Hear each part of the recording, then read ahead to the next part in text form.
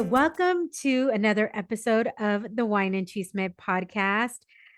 I am really honored to have our guest today because this is such an unbelievably important conversation. Today, we have Lupe Rodriguez. She is the executive director for the National Latina Institute for Reproductive Justice. Hola, Lupe. How are you today? Hola, hola. I'm okay. Thank you so much for having me. I am, like I told you right when you came on, I'm so excited that you are Oh. joining us. So I'm going to read your bio. And then I don't know if you are participating in drinking today. Um, I totally get if you're not, that's totally fine. I always do.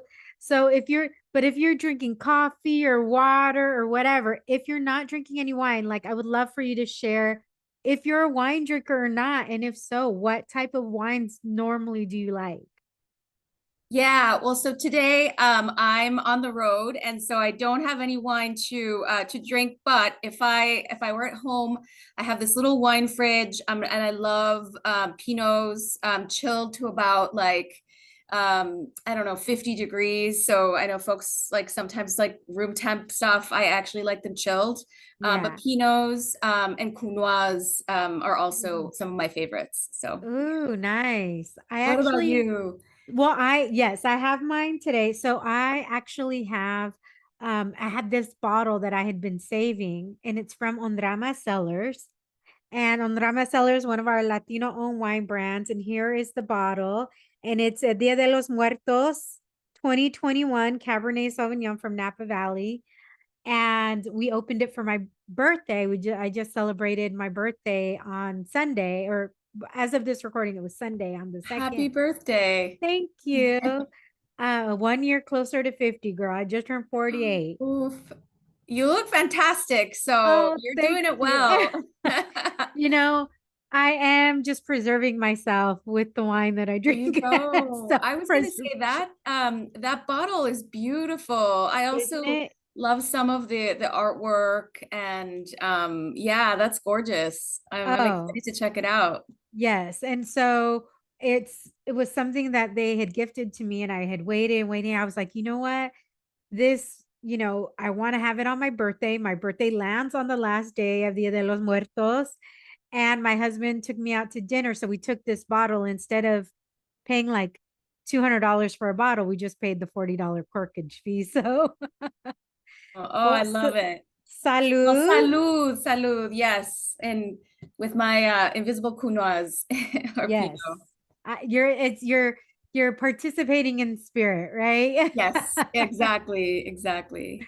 All right. Well, let me read. I always love reading bios to people because I feel like oftentimes people don't hear their bio read out to them. And sometimes they're like, oh, I forgot about that. Oh, yeah, I did do that. So it's something I love I to always do. feel kind of embarrassed about it. I gotta be honest, but Well, do not feel embarrassed. yeah. I'm going to tell you, there's no embarrassment. There's only accolades here. And we love that. We love celebrating our people. So, Lupe Rodriguez is a scientist with an activist heart dedicated to seeing all people live in full salud, dignidad, y justicia. She currently serves as the executive director of the National Latina Institute for Reproductive Justice, and also known as Latina Institute. Born in Mexico City, Lupe immigrated with her family to San Jose, California, seeking medical care for her brother. A natural born leader, she knew early on she had a passion for organizing and was gifted with a strong voice and desire to speak up for what was right. Driven to work on health issues like the congenital disorder that impacted her brother, Lupe studied neurobiology. A self proclaimed disruptor with a passion for change, Lupe altered course from a career in science to focus on social justice policy work in Mexico, Peru, and California. Before joining the Latina Institute, Lupe served as Director of Public Affairs and later Vice President of Public Affairs at Planned Parenthood Marmante.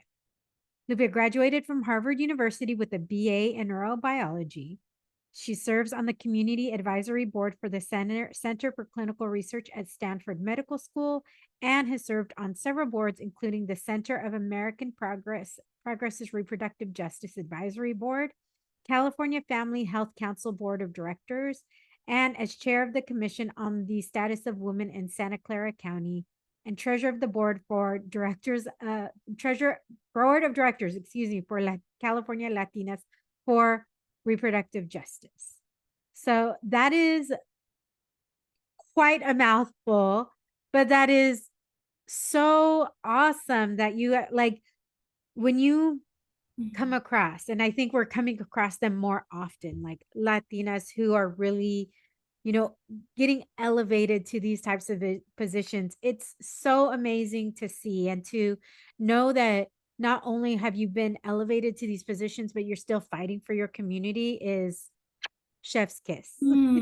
I appreciate that so much. Whenever I think about my bio or whenever I hear it, well, one, I'm a little bit embarrassed. And two, I'm also always thinking about how long I've been doing this work. I've been in this movement for the movement for reproductive rights, health, and justice for 18 years. And it kind of, came out of nowhere for me. So, but I'm, it's an honor of a lifetime to be doing this work.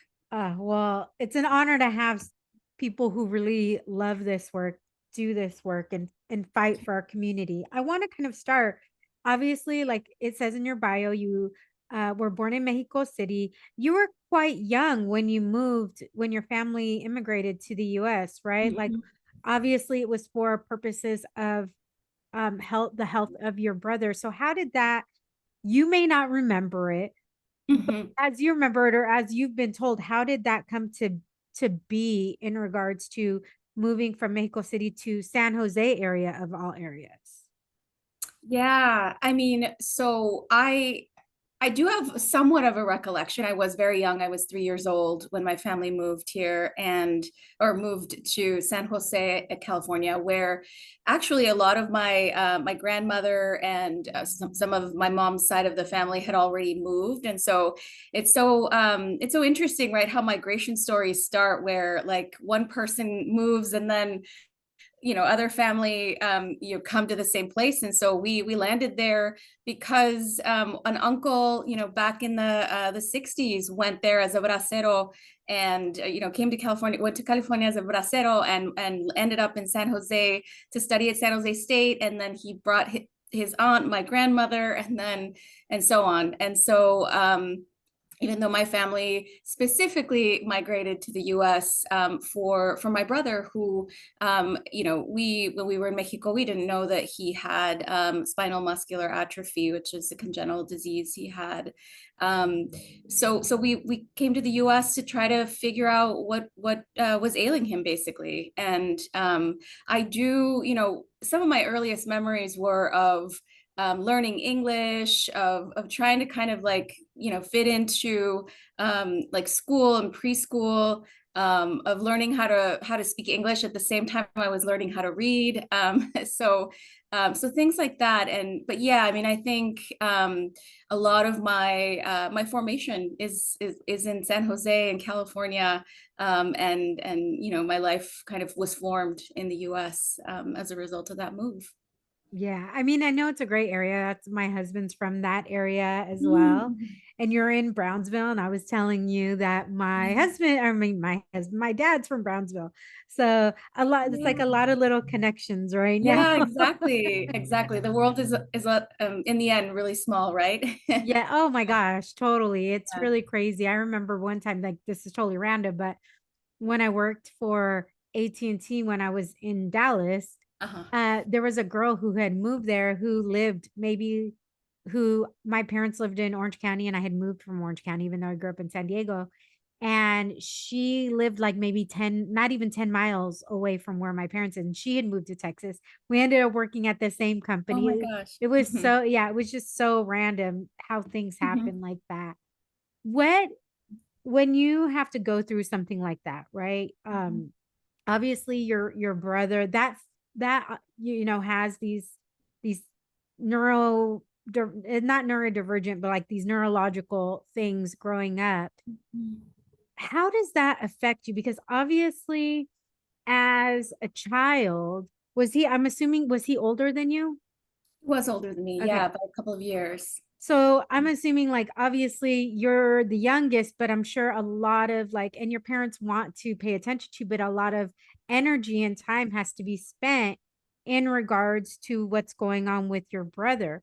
As Right. you were growing up and things were happening, I'm sure there was like, you love your brother. You want to make sure that Mhm. he's safe and you're going to do anything, but at the same time, there's things that you probably needed that maybe you didn't get so much of. So how did that form your view of life growing?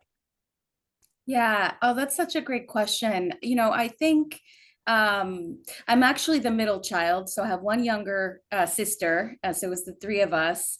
And I mean, I think to be frank, right, it made me grow up really fast. I think being the combination of course having to or wanting to support my parents and being able to take care of my brother, and he lost mobility when he was really young as a result of his condition, and so he was in a wheelchair and needed a lot of support while we were growing up. So that was one thing, right? And then I think that compounded by the fact that we were in a new country, right, that we were living the sort of immigrant experience of like not having access to services or healthcare, having to support and navigate that.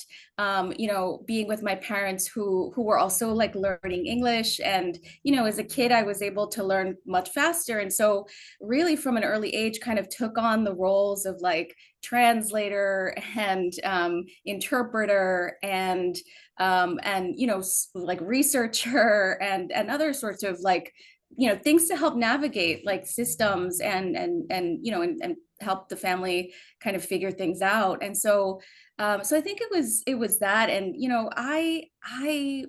I don't have any ill feelings about it. It's interesting. I do recognize that it was a different childhood than many other people might have had, right? Or like now I think, okay, I probably grew up really fast, but I also credit like a lot of that experience with my formation as a leader. Honestly, like I think I had to do it, and I wanted to, like we are a really close family, and I felt a really important responsibility to be a leader and to take ownership of things when I was young, to step in and help. And so I think while I'm sure it gave me a different experience than most kids might have had, I think again it's been a really important part of who I am and my formation. And I think honestly has led me down the path that I'm on now, where I feel really like full of hope around being able to lead, full of energy around that, like really someone who steps in when there's a need and when there's a gap. And so it's two things at once, I think. Right, like a little bit of like recognition and mourning for not having had the same experience as other kids, but still really grateful for it. Yeah, I've heard that when kids have like a sibling that has like major health issues or anything, that it most of those kids, not I obviously not all, but like a majority of those kids are way more empathetic or way more like they do tend to grow up faster. They do, but I feel like it I didn't have that, but I almost feel like it skews your world into like having, like wanting to have hope all Mhm. the time because you're going through something so Yeah. so maybe sometimes tragic, sometimes rough, sometimes like in your family that you're just like you can't live in like in the hole, so to speak, right? That you have to like continue to have hope, continue to Mhm. say, no, it's going to get better, or make the best of the days that you know that you have. Definitely, definitely. That's such a good like point about it, because it was there was always that where it was like, well, things are hard, and of course they're hard for my brother, and they're hard just like navigating this country as immigrants, and yet, right, there was like a lot of like hope in figuring things out, right, and a want to do that. And yeah, I mean, I think that's such a good point. Like, I think I'm a pretty aggressive optimist, and I think part of it is that, right, like always sort of looking forward and thinking, there has to be an answer, there has to be a way forward. Yeah. Now I imagine, because with everything that's going on at this very moment, and who, like, Mhm. by the time this comes out, who knows if it'll change in the next 24 hours, 72 hours, who Mhm. knows, right? Yeah. With the I mean, I government hope the government shutdown. shutdown is over, that's for sure. It's been so Yeah, devastating. So, yeah. exactly. But when you and your family came, Mhm. did you guys come as, I mean, you obviously didn't come as citizens. Did you guys come as undocumented, or did you guys come with, like, what was that as you remember? Because I think that says Mhm. not only a lot, because eventually when Reagan gave amnesty to a lot of undocumented immigrants, I believe your family was recipients of that, right? Yeah. So can you share as Yeah. far as what you know in regards to that? Yeah, well, so my family, came on a visa, and primarily like in order to find healthcare for my brother. So it really was not, I think, my family's intention, my parents' intention to stay in the U.S. I think we were, trying to figure out what had happened to my brother, et cetera. And then go back to Mexico and try to figure out a life. And I think became clear, of course, because of the diagnosis that he was going to deteriorate, and we weren't going to be able to have a life in Mexico without the support systems and the infrastructure. And so I think that was a decision point for my parents. And I think my father had actually worked as a field worker before we came to the US, so had done some work here, gone back through those programs that existed.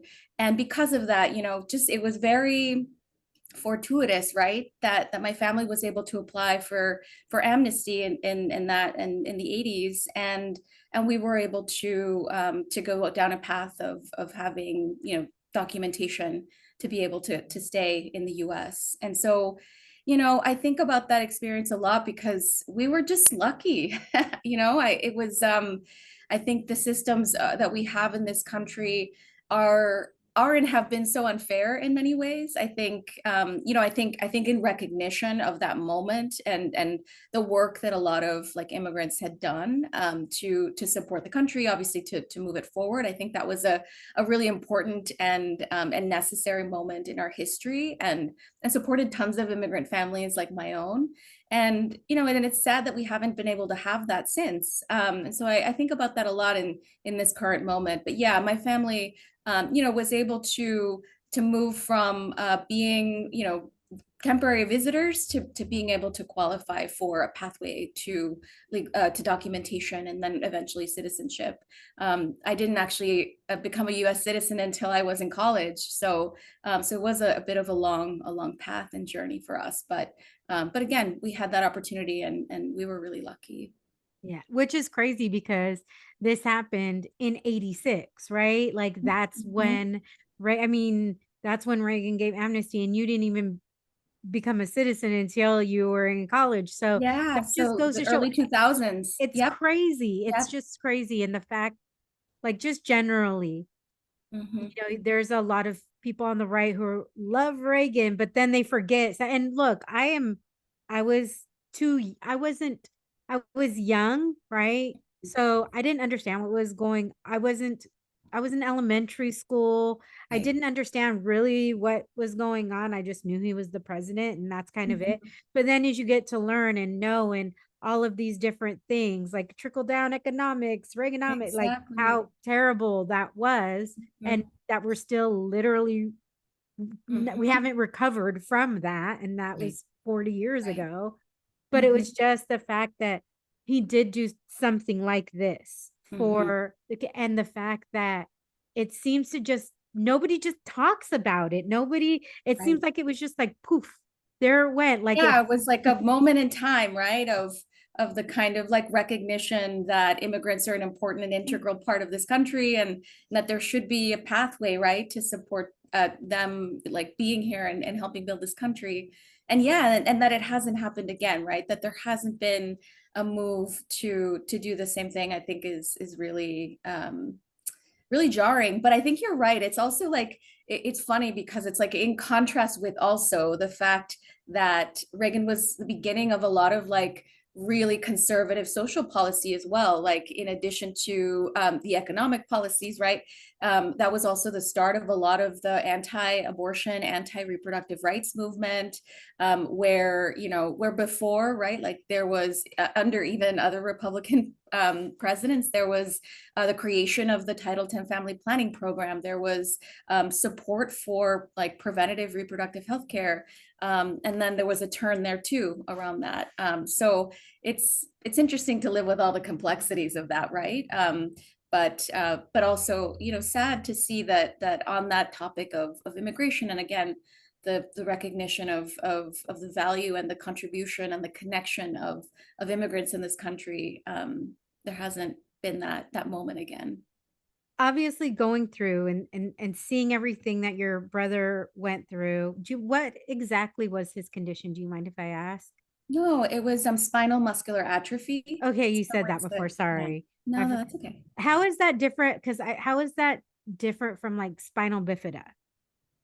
It's different. Spinal bifida is a specific malformation that occurs in utero, like when Okay. the baby's still growing or fetus is still growing. That basically is like a lack of development in the spinal cord. His condition, he did have a fully formed spinal cord, but the condition, and there's still, actually a lot of like unknowns about what causes it, but it is, well, it is caused by a genetic mutation. And the spine is formed, but basically the body isn't able to, and people with spinal muscular atrophy, the body isn't able to produce muscular proteins in order to develop muscle and maintain musculature. And so throughout a person's life who has that condition, their muscles deteriorate steadily as they grow up. And so they begin to lose mobility. I mean, they start off with some mobility and it just begins to deteriorate as they go on in life. And until, like my brother, there are like respiratory issues or things like that that ultimately lead in the end of their life.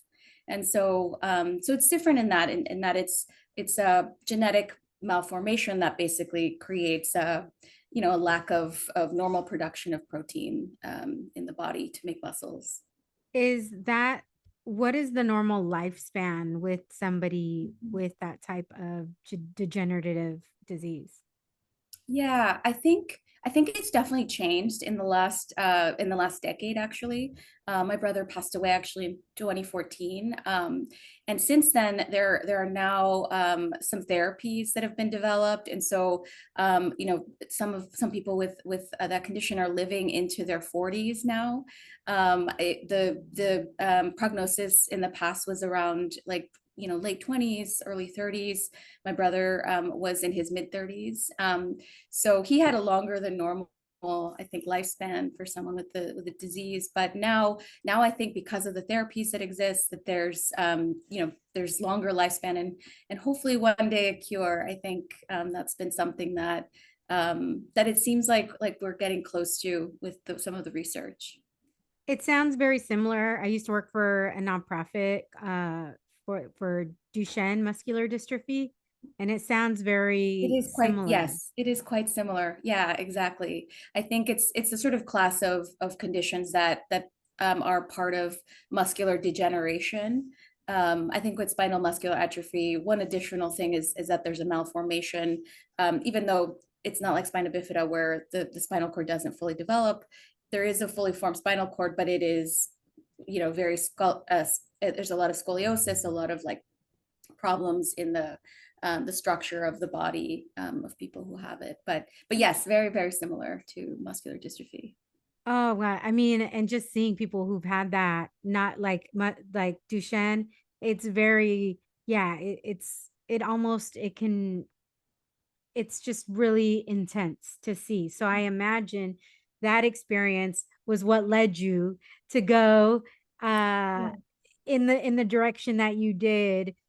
I'm assuming you were planning on becoming a doctor when you went to Yeah, Harvard. well, I was actually, yeah, a researcher actually. I wanted Okay. to work in a lab and actually and work on the issue that my brother had, like really trying to find treatment or cure.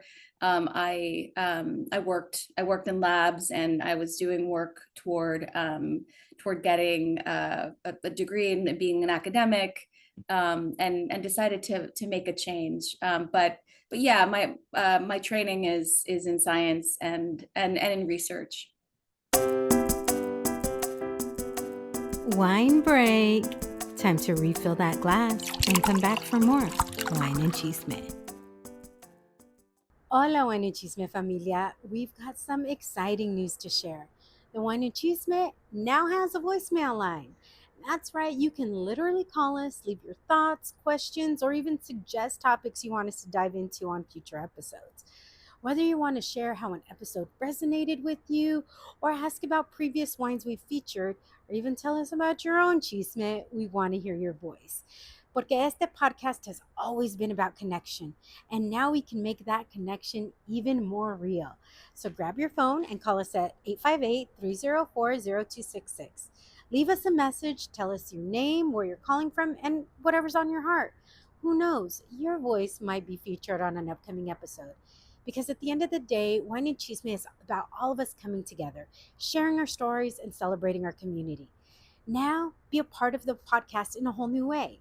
Again, that number is 858-304-0266. We want to hear from you. So that's really interesting that you went from, and I think it probably serves you well in the role that you are now, having like Yeah. a science background and everything. But I could only imagine, like, at what point was it experiences at Harvard? Was it experiences with people? Like, when you're like, I'm going into research, this is what I'm doing. And then you have this like hard, but I think either way, you're Yeah. still serving the community, right? But you have this hard pivot in regards Mhm. to how you're serving the community. What what made you make that pivot? Yeah. Oh, I still remember it. Yeah. So many years later. It was, I think, a lot of difficult experiences in at Harvard in, the program I was in. I think there was a lot. There were moments where I felt. I mean, I was the only woman in some places. I was the only Latina. Where there was a lot of like, frankly, racism. A lot of like classism. I was also like the first to go to college, right? Like the first to even go to grad school, and so I think there was just so much. Of that, right? Like it was a lot of pressure and a lot of lack of support, I think. But also, this is like the primary reason. I think I was confronted with the reality that in at least my academic setting, it wasn't collaborative, and I think that was incredibly important to me all my life. I think growing up with like a family where we were always sort of like supporting each other and always working together to do what was best for the family. And that sort of persisted throughout my life in education and stuff. I just felt like there wasn't collaboration. There was so much competition. It wasn't a place where like real scholarship could happen because folks weren't willing to share research. They weren't willing to talk to each other, right? There wasn't this sort of like move to advance knowledge for the sake of advancing knowledge, I felt. And so I think that was really disappointing for me, and a moment of recognition for me that maybe the kind of change I wanted to make in the world was different than that, right? Like that I could probably make a bigger difference, make conditions better for people like my brother and my family, through other paths. And I didn't know it at the time when I was deciding to make the change that I would end up doing the work that I'm doing now. But I think I just had this sort of feeling and a really strong like just perception that this wasn't going to be the way that I was going to make the biggest change, because of the conditions that were so limiting in really, I think, being able to to get to the end goal. And you answered a couple of my questions in regards to being a Latina at Harvard, and I don't know if that's changed. I've heard some things in regards to like there of some change. Actually, I have a former boss that is a Harvard grad, and actually I know a lot of people who went to Harvard, and I have no business like Really? ever even stepping on that campus. But Oh. um but it's just really interesting to hear like everybody's experiences when they go into spaces that weren't originated and people didn't envision for them, right? Yeah. And I think it becomes something that not only that you have to envision for yourself, but you're constant, like when you're not just the first in your family, but you're the first in that type of program, you're the first woman, you're the first Latina. It's like you're constantly, I would imagine it gets really exhausting feeling Right. like you have to break down every wall around you. Right. Yeah, that's such a good way to put it. And I think then that on top of also having to do the research, right? And having to do the, be a really good scholar and to demonstrate like really great results, right? And I think that was definitely part of it. It got to be too much. And I think, but I think also bottom line, I'd been through a lot of different things in my life at that point, breaking down barriers and pushing things forward to be able to even get to those places, from, the kind of background I had. Um, but I think what ended up just being the clincher, I think, for me in the decision was that I also just didn't feel like there was going to be the kind of like environment, collaborative environment, the kind of environment for that I would thrive in terms of being a change maker. And I think that was at the end of it, but it was absolutely incredibly exhausting and incredibly, and yeah, I mean, I do think that things have changed. I think there are more of us now in those spaces than there were when I was there. Although, of course, I'm always concerned about, with what's happening right now with this administration and attacks on, attempts to change the face of those places, right? With including different voices and bringing folks in who have never been in those spaces, right? And finding incredible talent, from communities of color and women. I do worry, right, that we're coming up against a wall on that, and that those numbers will go back down. But yeah, I mean, certainly in recent years, I think it's changed. I think there's a lot more folks of color, a lot more Latinos, and a lot more just people to look at as examples of this, in spaces. And I think when I was there 20 years ago now, it was, or and more. It was not. Yeah, we just weren't in the same place, right? And of course, those before me had it even more difficult. But I think it's also our goal, and it should be our goal, I think, to break those things down for the next generation. Oh, absolutely. Like if we're not doing that, we're not doing our job, right? Like just in Exactly. general. I want to kind of really fast forward. I know you were at Planned Parenthood for several years. Now Mhm. you're here at the Latina Institute. There's been a lot of change over the last, handful of years in regards to access to healthcare.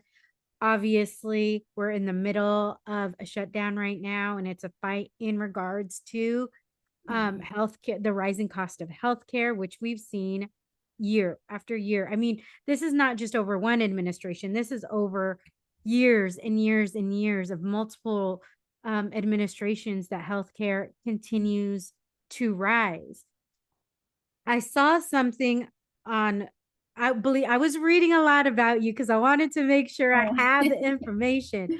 But I Mhm. saw something that you said in regards to reproductive health care is not like it is essential within the Latino community.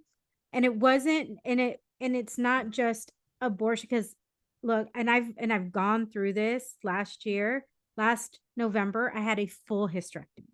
Like they took everything. Wow. That is part of reproductive care. Absolutely. Yeah. Um, and I feel like it's just like a slash and burn. And then, especially after Dobbs, right? After Roe v. Wade was overturned with the Dobbs decision, there's, it's just, there's been so many states that have shut down women's health centers, any access to abortion. Texas, Right. you know, is one of those states who has Mhm. like, I mean, if they could implant something in somebody who's childbearing age, they would, to know Right. all of their stuff. I mean, let's be real, right? So, like when we're talking about our community, the Latiné community, in regards to having access to abortion, in regards to having reproductive health care, Mhm. why do you think it's so particularly, I mean, it's important for everybody, but why do you think it's so important for our community in particular? Mhm. It's such a big question, but it boils down to the fact that it is incredibly important because one, our community does not have regular access to healthcare. And that's been kind of a long-standing situation in this country and an inequity in this country, that many in our community do not have access to regular healthcare. We are the largest proportion of people in the country who do not have health insurance, who, for that reason aren't able to get the care that we need. And so I just think that that lack of access, touches every part of our lives, but also, very specifically puts us in positions where reproductive health care is even more necessary, right? Like if we are not able to, have preventative health care, we need access to abortion care. We need access to prenatal care if we choose to continue pregnancies. We need access to postnatal care, right? And so, so that's one, right? I think just that the lack of access to care makes all of these sorts of services important. I think the other thing is that we are a community that, for many, many years, also in this country, has been the victim of reproductive coercion. I think about, the experiments that were done in Puerto Rico, on women, testing birth control methods there and the population control efforts that happened there. I think about the forced sterilization, or, not always forced, but like uninformed sterilization that occurred with Mexican women all the way up until the 80s in California hospitals. I think about the, sterilizations that have happened more recently in immigration detention centers against largely Latiné immigrants. And so, I just there's also that kind of thing that's going on. I think it's important for us to know about those things, to recognize that, to take that back, right? To take that autonomy back, to have that bodily autonomy, and to really, move as a community to talk about these issues so that we may never experience that kind of coercion, oppression, and abuse ever again, right? And then, I think the third thing is that we just need it, right? Like we need it like everybody else. Being able to have access to reproductive health care is one of the most important ways that people also control the rest of their lives, right? Like having a child. I don't have any children, but I know this from all my friends who have them. It's like one of the most important decisions that anybody will ever make. And it changes the whole look of your life, right? Like what economic opportunities you have, what educational opportunities you have, how you're able to raise your family, like where you raise your family. There's so many things that are dictated by, when, whether, if we decide to have children. And so it's imperative for the outcomes that we want to have in our lives to be able to have access to that care, to make those choices, right? To truly make those choices. And so I think, I don't think that's exclusive, right, to our community, but I think because because of the sort of opportunities that we want to have in the community, right? Like I think our community is incredibly like vibrant and hardworking, right? And like really interested in you know like going beyond what we've had before, right? Like I think about my own family. You know, folks want the better things for their kids than they had for themselves, and so being able to have that control over your body is critical to be able to make those choices and to be able to have that future for your family. No, absolutely. I've never birthed any children either. Mhm. And after what I've gone through, and there's so many people going through so many different issues, right? When it comes Yeah. to you, like uterine health and hormones and Mhm. all of this. But I basically didn't really find out until I had all of this, because I had so many, like I had a severe case of endometriosis. I had an enlarged uterus that had fused to my Sorry. colon. They had to take out my Wow. appendix and my ovaries, because my appendix had wrapped around my ovaries. Like I'm an overachiever in all of those Oh things. my gosh, I'm so sorry. That sounds But oof, it, horrendous. yeah, no, but it just was like I basically got a confirmation that had I ever gotten pregnant, it could have been like really a life and death situation had I gotten pregnant, right? Yeah. If I would have tried to bear any children. Hmm. And the fact that so many women are having to make that decision these Hmm. days, right? Like, Right. or having to wait until they're on the brink of death to be able to.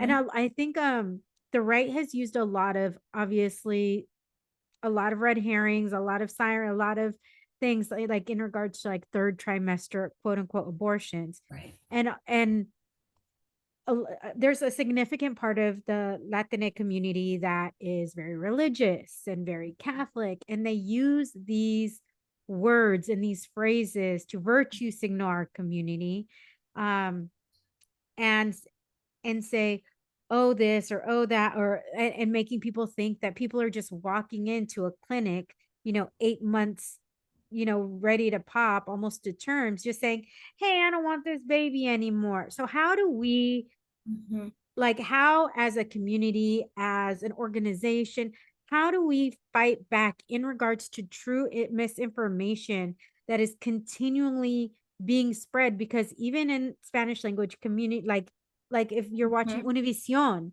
right, Hmm. they've Hmm. also picked up on that in regards to certain things, in regards to virtue signaling our community. So how do we effectively fight against that? Yeah. I think it's with having these conversations with our family members, with our friends. I mean, I think the way that the folks who are anti-reproductive rights, anti-reproductive health have made a lot of headway is by stigmatizing all of this, right? And convincing us that talking about it is wrong, right? That we shouldn't share our stories. I'm so grateful to you, Jessica, for sharing your story, right? Because I think that that is what we need to do in order to be able to break down the stigmas, the misinformation, the barriers that folks have, right? And why folks choose or need, in some cases to have abortions, why folks make different choices for themselves about whether or not to have children, right? Like there's so many different experiences. And I think it starts with talking about it. I mean, that's one of the ways that we at Latina Institute think about how we're changing hearts and minds, right? Like we elevate stories from people who are the most impacted by the bans, as you alluded to, right? Like in states like Texas, where there's like no access to abortion care at this point, and folks are having to travel super long distances if they can, right? If they can get the money together, if they can get the childcare together. Um, or choosing to keep pregnancies that they can't and didn't want to have, right? And or thinking about other experiences that folks are having, right? Like there have been some deaths that have been documented in the state of Texas, in the state of Georgia, of people seeking emergency care while pregnant, that where an abortion would have saved their life, and they weren't given that care. And we're seeing that more and more across the country because of these abortion bans. And so again, I think elevating those stories, really making it so that folks can't turn away, right, from hearing about what's happening, hearing about these experiences. Also, telling everyday stories about why people make these choices, or our experiences in this healthcare, I think is super important. I think the other thing that we know from some of the research that we've done is that many in our community are actually supportive of abortion and reproductive health care. And I think because of the stigma, it's not a sort of like readily talked about topic, but we've also uncovered, right, like the different perspectives that folks have. And I think it's also important to challenge a lot of the stereotypes, a lot of the misinformation about our community as it relates to that, so that we don't sort of keep perpetuating the stigma and keep perpetuating that misinformation. And then third is that we're really thinking about attacking the misinformation at the source. And so like really kind of helping folks identify when they're hearing things wrong, like that, that huge and horrible piece of misinformation about, when folks can have abortion, right? Like that's not true anywhere in this country. And but it's something that's picked up. And so what we do with our trainings, with our poderosas, as we call our activists, is really, help them identify when something is misinformation or disinformation, and kind of one of my teammates says, inoculate them against that, right? So they know, okay, that's not right information. And I'm not gonna fall for it, but also I'm gonna tell others in my community, my family and others, so that they don't fall for it either. And so we're trying to also equip folks to be able to challenge those things at the source, to be able to identify them, to be able to dismiss them out hand when they come to them. Yeah, no, absolutely. I think it's so important that those are, like you said, identified at the source, right? Like nip the, what is it? Nip them in the Nip it, bud. yeah, nip it in the Yeah, bud. yeah, exactly.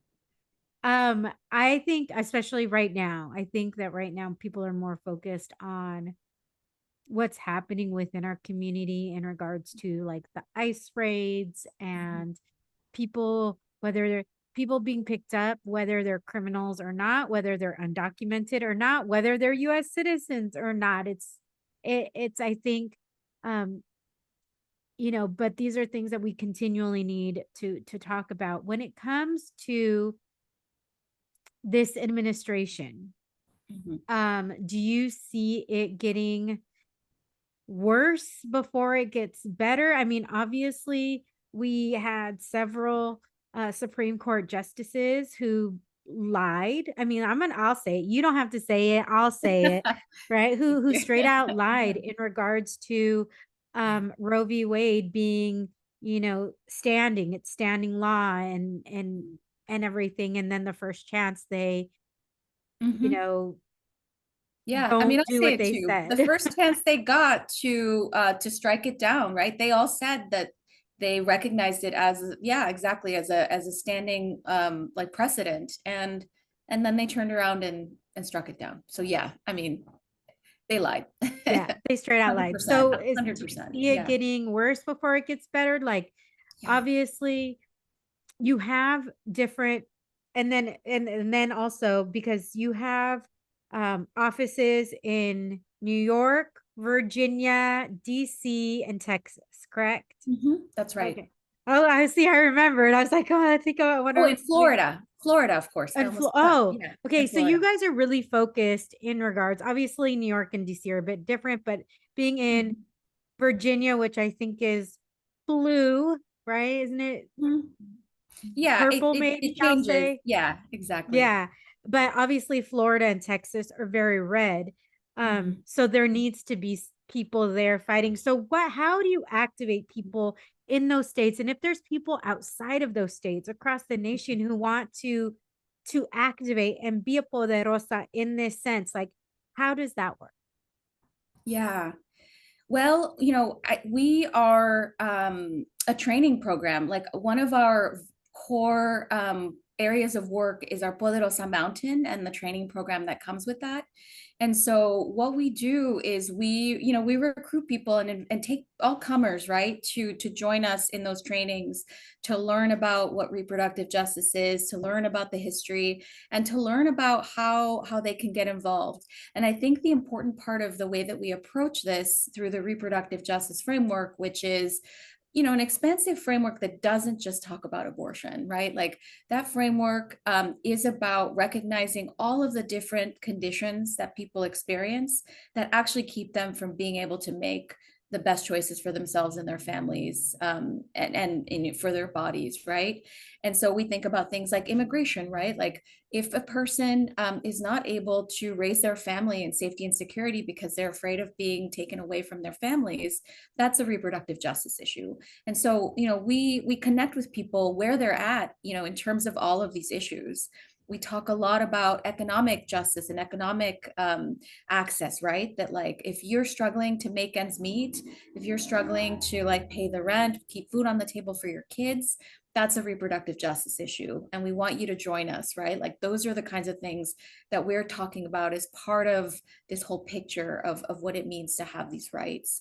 And then, so we bring folks in, we do these trainings, we create advocacy and other sorts of like activation structures with the folks who join us, right? It's them driving a lot of like what we're focused on, what we're working on. So it's not us also like imposing our beliefs, right? And so I think that I think has been a really important part of this, right? That folks feel ownership, folks feel a buy-in in the work, and feel our biggest goal with all of this is to build folks' power. Like we recognize that folks have inherent power, and we want to just support folks in building that up, in knowing what the systems are, right, and how to have an effect in those systems, and giving them the tools and resources to do that, and the organization, right, the space and the organization to do that.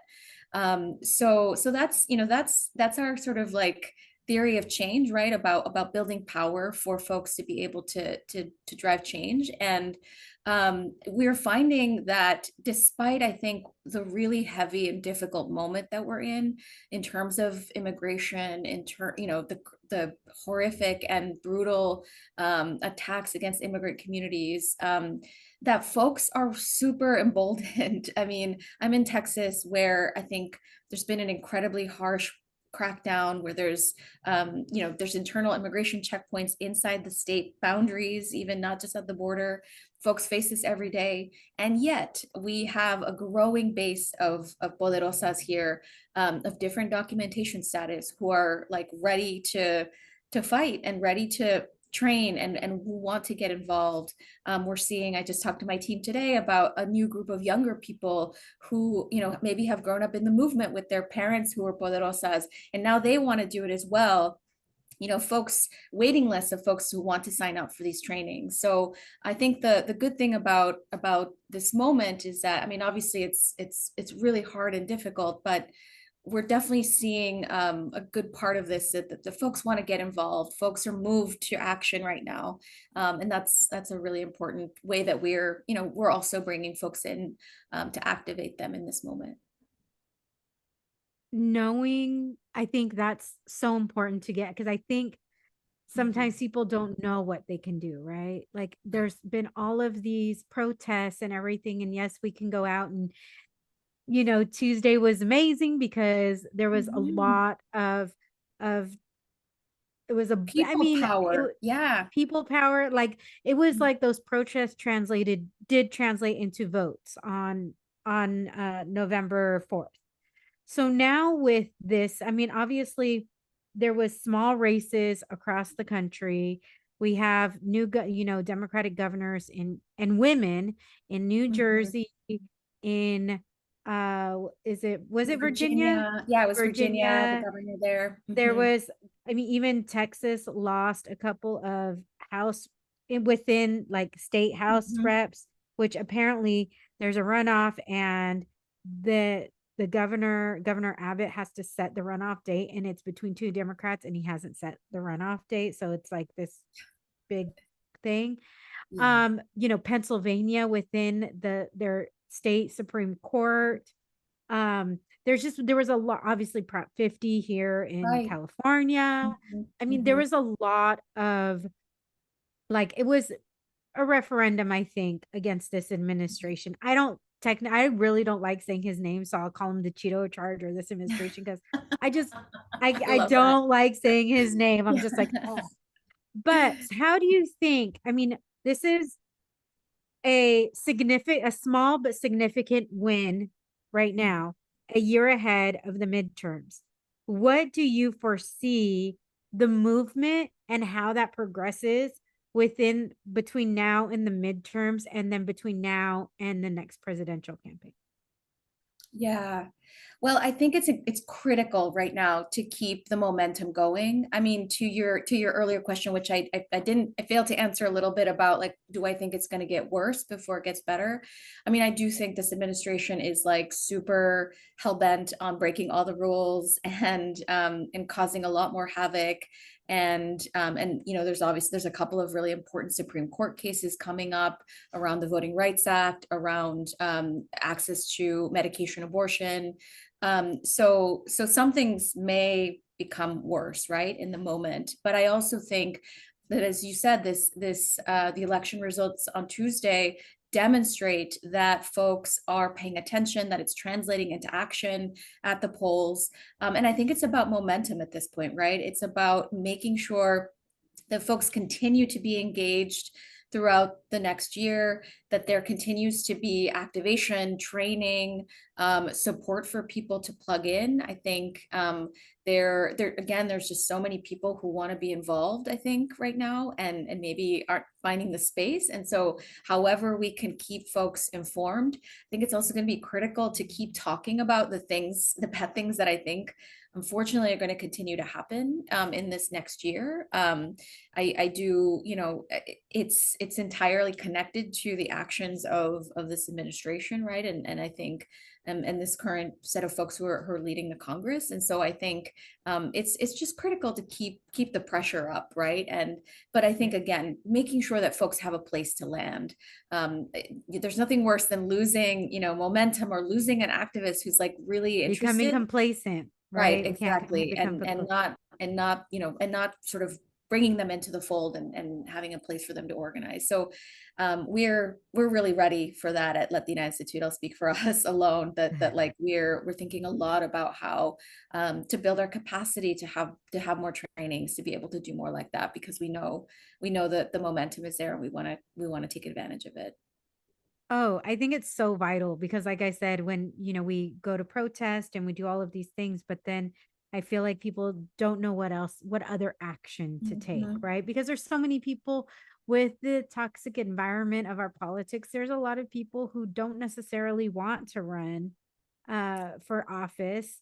There's so many amazing people who do, and I'm so appreciative. And as a former, like, communications director for even just a local city council member here in San Mhm. Diego, I mean, just to see all of the things that they are constantly having to make decisions about. So Yeah. when we make our voices known and heard collectively, they have to listen, right? Because it all starts, I think, yes, we all focus on what's happening nationally, but more importantly, it starts at the local level.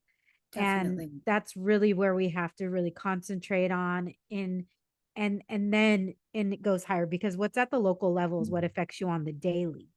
And Exactly. now to have Exactly. a space that shares like this, at Latina Institute, who's saying, this is what's happening, this is what's going, like, training Mhm. people, because I think people don't know how to take action, but just Yeah, being able to say, exactly. okay, I want to get trained in this to start learning, that is such a huge step. Yeah, exactly. And you're so right about that local component, right? Because in fact, tomorrow I'm going to a community meeting here in Brownsville where we're bringing together poderosas and to talk about like local issues, right? Obviously, you know, I think the context is all the bigger picture context is always there, but you know, they talk about just things that are happening locally, like things needs that are coming up, like where do we need to like put some effort into, is there something coming up that we should be looking out for?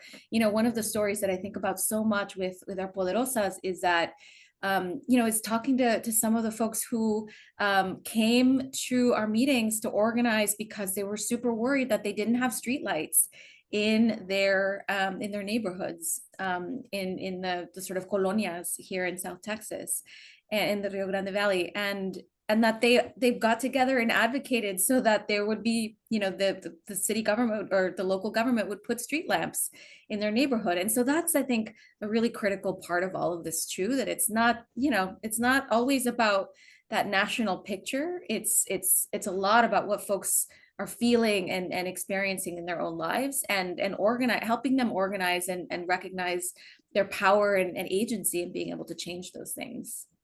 Oh yeah, because I think it's not what you're doing, obviously, is really focusing on reproductive justice. But I think once people learn how to organize and how, like, they learn the foundations of it, it can be applied to anything. Yeah, And you exactly. can use your voice for all of these different things, which I think is amazing. We need more of that. So are all of the trainings done online? Because I know, like I said, you guys have 5 different offices, but people are like, well, I'm in California, I'm in Nevada, I'm in Minnesota. How do I get involved? How do they get involved as well? Yeah. Well, we have those like local organizing bases, as you mentioned, in those places, but we also have a national organizing team. So that's the team that talks to folks in California, in Minnesota, in Pennsylvania, in all of the states, and organizes with them online. Our trainings have typically been in person. Like, we do a lot of deep organizing and relational organizing in person, and that happens mostly in the places where we have team and bases in person. But we also recognized, and particularly actually during the pandemic, that there was a need to be able to connect with people virtually, right, to keep the momentum and keep the connection going. And then that there was so many other people who wanted to organize with us, but maybe weren't in those states, just as you said. And so we now have this team of organizers that are doing just that, right? They're training folks online. They're giving parts of the trainings online. We are bringing some folks together. So we just had our first in-person national Lola, as we call it, where we brought folks from all over the country together to meet each other. But they've continued to organize after that, online and virtually. And it's just super exciting to be able to bring folks into the fold. So that's one way. Like, sign up with us, and you can be connected to, again, either a state if you're in a locality where we have organizers, or at the national organizing base. And then if people want to, like, if they're like, I'm not sure, it's latinainstitute.com or .org. I can't remember off the top of my .org. head. .org. Yeah. Yeah, .org. And same as social media as well, Latina Yeah, Institute. at Latina Institute. Yeah, so find us there. And it's no pressure, right? Like, if folks aren't sure, it's like you could sign up just to receive information, and you make the choice about whether or not you join. Like, we have trainings every month, like virtual things. We have Facebook lives and Instagram lives, right? So, like, folks can connect on different topics. We have topics around, like, how to talk about abortion, faith in abortion, right? So we have a lot of those kinds of things too that are open to anybody, and really it's, again, no pressure, right? Like, you come and you learn, and you could decide, okay, well, that's all I want to do, or you could say, okay, and I want to now be a part of a bigger training, right? And so Yeah.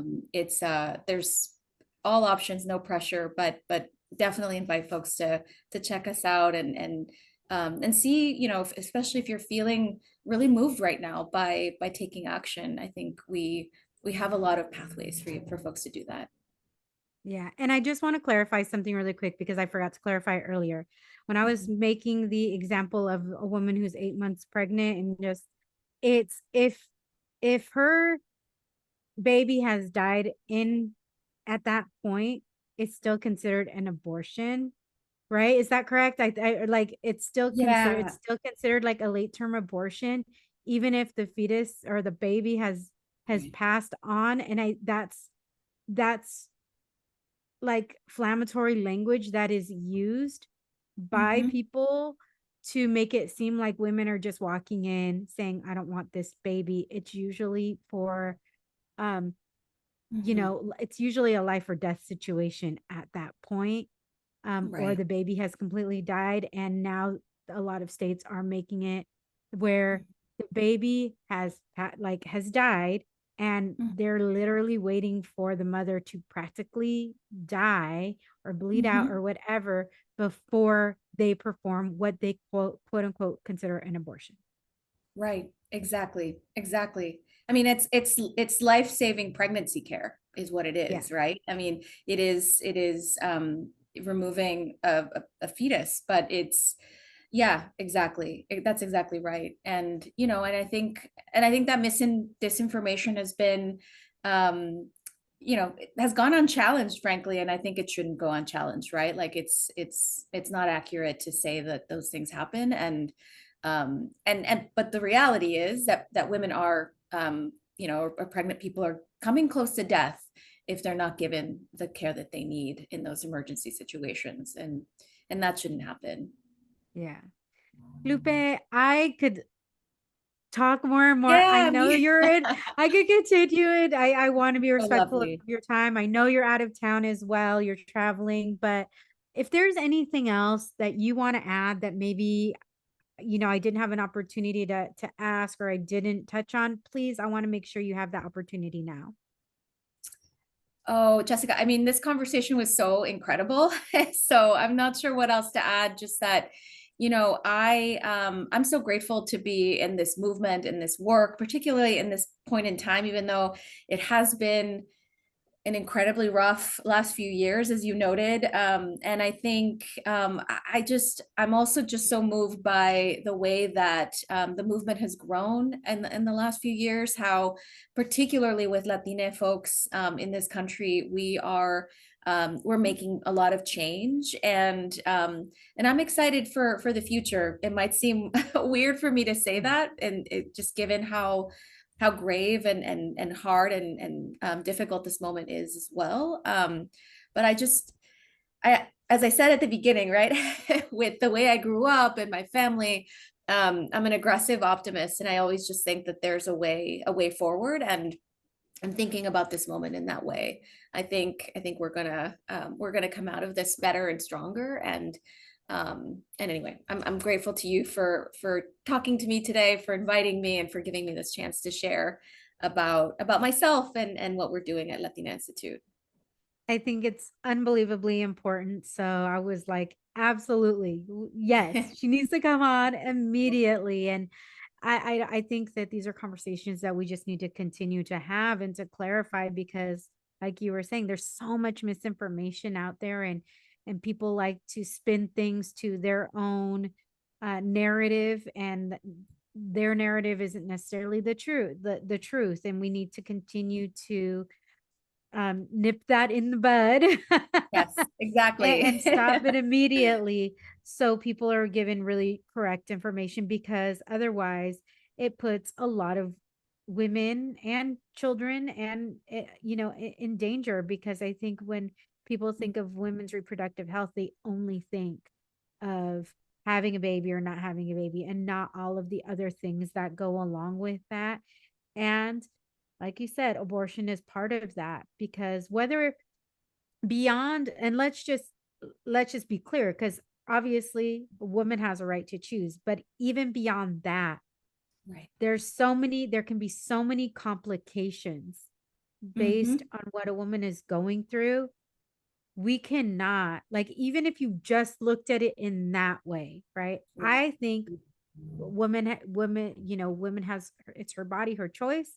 But even Hmm. beyond that, I do believe that there has just been these glasses that have been put on, not realizing all of the complications that can happen within a woman's body. Like I said, Right. I just found out at 47 years old, I found out that I Mm. probably would have never been able to carry a child to term. It would have been very dangerous for me. Right. Right. Right. And and to find that out at 47 is really crazy, first of all. But Mhm. imagine, I can't even imagine the complications that I would have gone through, what would have happened. Yeah. And the fact that we just don't Mhm. consider all of that in regards to something like Mhm. reproductive health and abortion is just baffling to me. Yeah, exactly. And the choices that frankly ultimately we should be able to make ourselves, right? About and how to take care of of ourselves, and that and that we don't know anybody's situation, right? Or why they're making the choices they're making or anything, right? And Yeah. so yeah, it's Well, so I will important. make Thank sure you for to include sharing all of, thank, it. Thank thank you you. for It's sharing your becoming story. easier and easier to talk about. The more that I Yeah. share, it becomes easier and easier to talk about. And I think it's needed, right? To talk Yes, about. I've it's talked about like absolutely my needed. fibroid Yeah. issue. I talked about like bleeding through my wedding dress. I've talked about like, Oh, I yeah. think, I've talked about, a lot of different things when it's come to that. And I think Mhm. like then I hear women saying I've gone through this too. Mm. And that makes me, it just makes me like, okay, I need to keep talking about this. We need to keep having these Yeah, conversations. We can't yeah. stop because to know that somebody else feels like, oh my gosh, I've gone that. Yeah, you're I making it feel easier for seen. others to share. Yeah, exactly. Yeah. Exactly. I will make And sure. Oh, go ahead. I'm sorry. I didn't mean and to just interrupt. yeah, and I mean just breaking down the stigma. That is Yeah. bottom line what we need to do. So thank you. Yes. Lupe, thank you so much. I'm going to make sure to include the website, the links to Brilliant. social Thank you. media, all of that in the show notes. Mi gente, this is such an important conversation. If you want to learn more, make sure to go to latinainstitute.org. And like I said, I will have all of those links in the show notes. I'm sure you can also go to LinkedIn and connect with Lupe on Mhm. there. I actually just made sure we connected on LinkedIn right before this, Good. but this is really important information. I would love to see, like, I would love to hear you guys getting involved. I would love to hear like getting messages saying I just joined or I just took a training, Mm. whatever it is. But Lupe, otra vez, muchísimas gracias, and until next time, mi gente. Hola, mi gente. Thank you for listening to this episode of the Wine and Chisme podcast. If you would like to hear more wine and more chisme, make sure to hit that subscribe button. Saludos.